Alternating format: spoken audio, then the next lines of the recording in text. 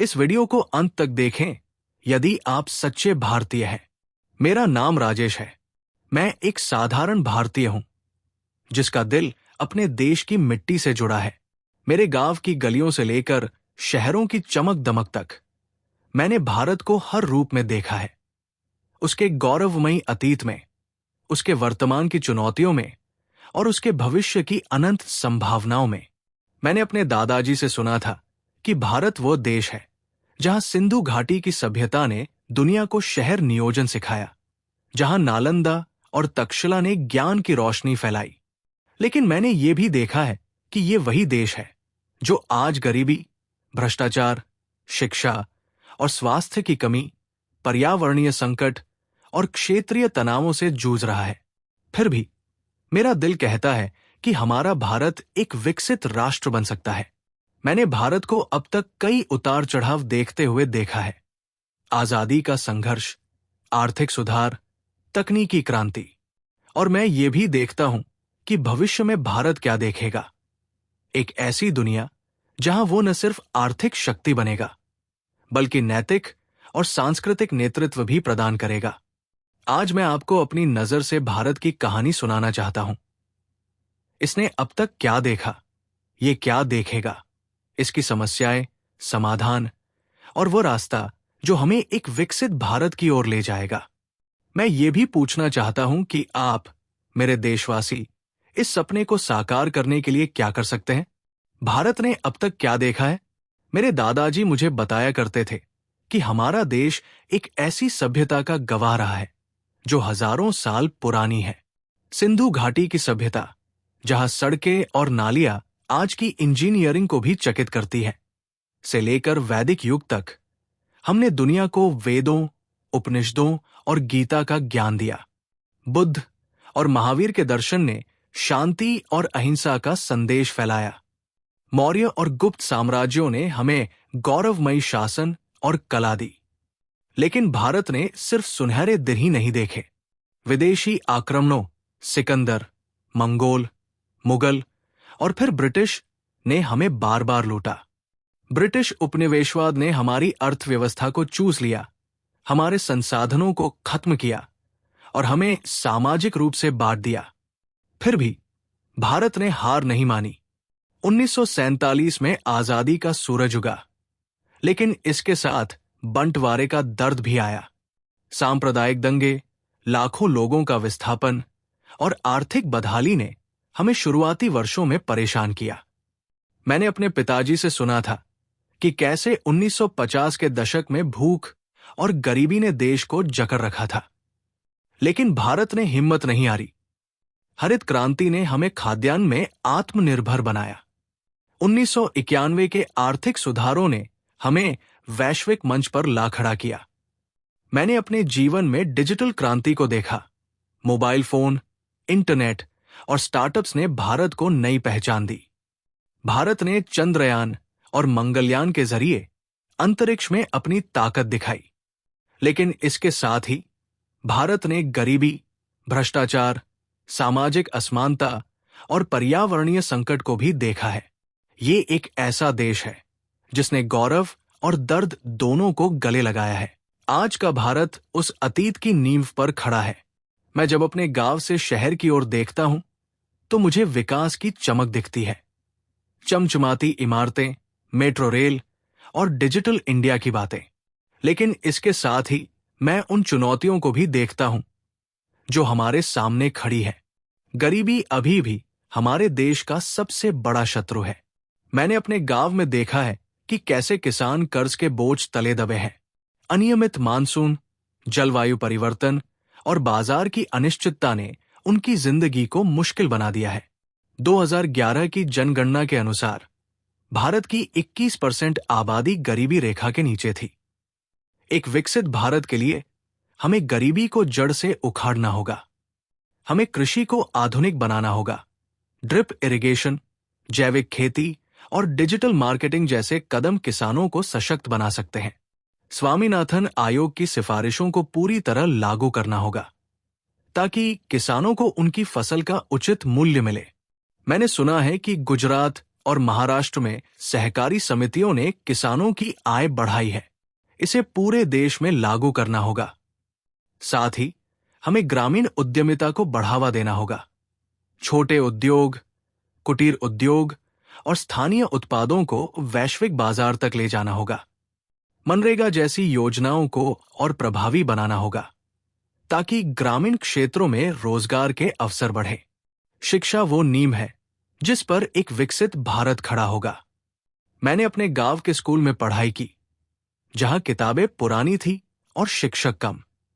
2020 की राष्ट्रीय शिक्षा नीति ने समग्र शिक्षा की बात की है, लेकिन ग्रामीण क्षेत्रों में इसका प्रभाव अभी धीमा है।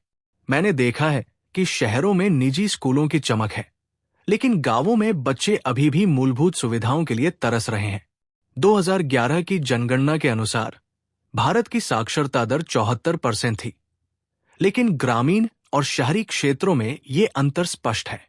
एक विकसित भारत के लिए हमें हर बच्चे तक गुणवत्तापूर्ण शिक्षा पहुंचानी होगी। डिजिटल शिक्षा, सस्ता इंटरनेट और प्रशिक्षित शिक्षकों की उपलब्धता इसे संभव बना सकती है। मैं चाहता हूं कि मेरी बेटी को वही अवसर मिले जो शहर के बच्चों को मिलते हैं। लड़कियों की शिक्षा पर विशेष ध्यान देना होगा। बेटी बचाओ, बेटी पढ़ाओ जैसी योजनाएं सही हैं, लेकिन हमें सामाजिक मानसिकता बदलनी होगी। हमें तकनीकी शिक्षा और कौशल विकास पर ध्यान देना होगा ताकि हमारे युवा वैश्विक स्तर पर प्रतिस्पर्धा कर सकें। मैंने पढ़ा है कि भारत में 65% आबादी 35 साल से कम उम्र की है। ये हमारी सबसे बड़ी ताकत है, लेकिन बिना शिक्षा और कौशल के ये बेकार जाएगी। स्वास्थ्य सेवाएं एक और महत्वपूर्ण क्षेत्र है। मैंने अपने गांव में देखा है कि एक छोटी सी बीमारी के लिए भी लोगों को शहर जाना पड़ता है। सरकारी अस्पतालों में डॉक्टरों की कमी और निजी अस्पतालों की महंगी फीस आम आदमी को परेशान करती है। आयुष्मान भारत योजना ने कुछ राहत दी है, लेकिन इसका दायरा बढ़ाना होगा। विश्व स्वास्थ्य संगठन के अनुसार भारत में प्रति 1000 लोगों पर केवल 0.7 डॉक्टर है। एक विकसित भारत के लिए हमें मेडिकल कॉलेजों की संख्या बढ़ानी होगी, ग्रामीण क्षेत्रों में स्वास्थ्य केंद्रों को मजबूत करना होगा और टेलीमेडिसिन को बढ़ावा देना होगा। कोविड-19 ने हमें दिखाया कि स्वास्थ्य ढांचा कितना जरूरी है। मैं चाहता हूं कि मेरे गांव में एक ऐसा अस्पताल हो जहां मेरे परिवार को समय पर इलाज मिल सके। साथ ही हमें मानसिक स्वास्थ्य पर भी ध्यान देना होगा, क्योंकि तनाव और अवसाद आज की बड़ी समस्याएं हैं। भ्रष्टाचार वो बीमारी है जो हमारे सिस्टम को खोखला कर रही है। मैंने देखा है कि कैसे सरकारी योजनाओं का पैसा बीच में गायब हो जाता है। ट्रांसपेरेंसी इंटरनेशनल के अनुसार भारत भ्रष्टाचार सूचकांक में 180 देशों में 86वें स्थान पर है। ये शर्मनाक है। एक विकसित भारत के लिए हमें भ्रष्टाचार को जड़ से उखाड़ना होगा। डिजिटल इंडिया और आधार ने पारदर्शिता बढ़ाई है, लेकिन हमें सरकारी प्रक्रियाओं को और सरल करना होगा। ऑनलाइन शिकायत तंत्र और सख्त सजा के प्रावधान भ्रष्टाचार को कम कर सकते हैं, लेकिन ये सिर्फ सरकार का काम नहीं है। एक नागरिक के रूप में मेरी और आपकी जिम्मेदारी है कि हम रिश्वत न दें, न लें। मैंने अपने गांव में देखा है कि जब लोग एकजुट होकर आवाज उठाते हैं तो बदलाव संभव है। अंतर्राष्ट्रीय स्तर पर भारत एक उभरती हुई शक्ति है। मैं गर्व महसूस करता हूं जब मैं देखता हूं कि भारत G20, ब्रिक्स और संयुक्त राष्ट्र में अपनी बात मजबूती से रखता है। लेकिन हमें पड़ोसियों के साथ संबंध सुधारने होंगे। पाकिस्तान और चीन के साथ तनाव को कूटनीति से हल करना होगा। श्रीलंका, बांग्लादेश और नेपाल जैसे देशों के साथ आर्थिक सहयोग बढ़ाना होगा। मैंने पढ़ा है कि भारत का रक्षा बजट दुनिया में चौथा सबसे बड़ा है, लेकिन हमें सॉफ्ट पावर, संस्कृति, शिक्षा और कूटनीति पर भी ध्यान देना होगा। एक विकसित भारत को जलवायु परिवर्तन, आतंकवाद और वैश्विक व्यापार जैसे मुद्दों पर नेतृत्व करना होगा। भारत भविष्य में क्या देखेगा? मैं एक ऐसे भारत का सपना देखता हूं जो 2047 तक न सिर्फ आर्थिक रूप से विकसित हो, बल्कि सामाजिक और पर्यावरणीय रूप से भी दुनिया के लिए एक मिसाल बने। मैं देखता हूं कि भारत एक ऐसी अर्थव्यवस्था बनेगा जो $10 ट्रिलियन को पार कर जाएगी। मेक इन इंडिया और आत्मनिर्भर भारत जैसे अभियान हमें वैश्विक आपूर्ति श्रृंखला का केंद्र बनाएंगे। मैं देखता हूं कि हमारे शहर स्मार्ट और स्वच्छ होंगे, जहां वायु प्रदूषण और कचरे का नामो निशान नहीं होगा। मैं देखता हूं कि हमारे गांव शिक्षा और स्वास्थ्य सुविधाओं से लैस होंगे, जहां हर बच्चा स्कूल जाए और हर परिवार को समय पर इलाज मिले। मैं देखता हूं कि भारत की विविधता उसकी ताकत बनेगी, जहां पूर्वोत्तर, दक्षिण, उत्तर और पश्चिम एक साथ मिलकर देश को आगे ले जाएंगे। मैं देखता हूं कि भारत अंतर्राष्ट्रीय मंच पर एक नैतिक नेता बनेगा, जो शांति, पर्यावरण और समानता की बात करेगा। लेकिन ये भविष्य अपने आप नहीं आएगा। इसके लिए हमें आज से काम शुरू करना होगा। हमें अपनी समस्याओं को स्वीकार करना होगा और उनके समाधान पर ध्यान देना होगा।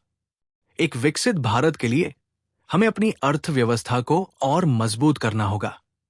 मैंने देखा है कि स्टार्टअप्स और डिजिटल अर्थव्यवस्था ने भारत को नई ऊंचाइयों पर पहुंचाया है। 2025 में भारत की जीडीपी $4 ट्रिलियन के करीब है, लेकिन हमें इसे 2030 तक 10 ट्रिलियन तक ले जाना होगा। मैन्युफैक्चरिंग और सेवा क्षेत्रों में निवेश बढ़ाना होगा। हमें वैश्विक आपूर्ति श्रृंखला में अपनी जगह बनानी होगी। साथ ही हमें असमानता को कम करना होगा। मैं नहीं चाहता कि मेरे देश में कुछ लोग अरबती हों और कुछ भूखे सोए। एक नागरिक की जिम्मेदारी की बात करें तो मैं राजेश, एक साधारण भारतीय, ये मानता हूं कि भारत का भविष्य सिर्फ सरकार के हाथों में नहीं है, ये मेरे और आपके हाथों में है।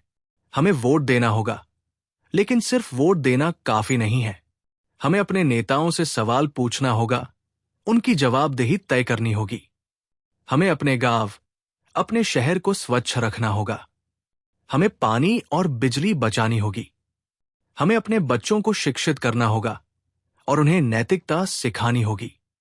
हमें भ्रष्टाचार के खिलाफ आवाज उठानी होगी, चाहे वो छोटा सा रिश्वत का मामला हो या बड़ा घोटाला। हमें अपनी संस्कृति को संरक्षित करना होगा, लेकिन पुरानी कुरीतियों को छोड़ना होगा। मैं चाहता हूं कि मेरे गांव का हर व्यक्ति, चाहे वो किसी भी जाति, धर्म या भाषा का हो, एक साथ मिलकर भारत को आगे ले जाए। मैं एक सपना देखता हूं, एक ऐसे भारत का जो 2047 तक न सिर्फ विकसित हो, बल्कि दुनिया के लिए एक मिसाल हो। एक ऐसा भारत जहां न गरीबी हो, न भ्रष्टाचार, न असमानता। एक ऐसा भारत जहां हर बच्चा शिक्षित हो, हर व्यक्ति स्वस्थ हो और हर नागरिक गर्व के साथ कह सके, मैं भारतीय हूं। लेकिन यह सपना तभी सच होगा जब हम सब मिलकर काम करें। मैं आपसे कुछ सवाल पूछना चाहता हूं, मेरे देशवासियों। क्या आप अपने गांव, अपने शहर को स्वच्छ बनाने के लिए एक कदम उठाएंगे? क्या आप भ्रष्टाचार के खिलाफ आवाज उठाएंगे? क्या आप अपने बच्चों को शिक्षा और नैतिकता का पाठ पढ़ाएंगे? क्या आप अपने पड़ोसी की मदद करेंगे, चाहे वो किसी भी धर्म या भाषा का हो? और सबसे बड़ा सवाल, क्या आप उस भारत के लिए काम करेंगे जो न सिर्फ हमारा हो, बल्कि आने वाली पीढ़ियों का भी हो? मैं राजेश, एक साधारण भारतीय, इस सपने में विश्वास करता हूं। क्या आप भी करते हैं?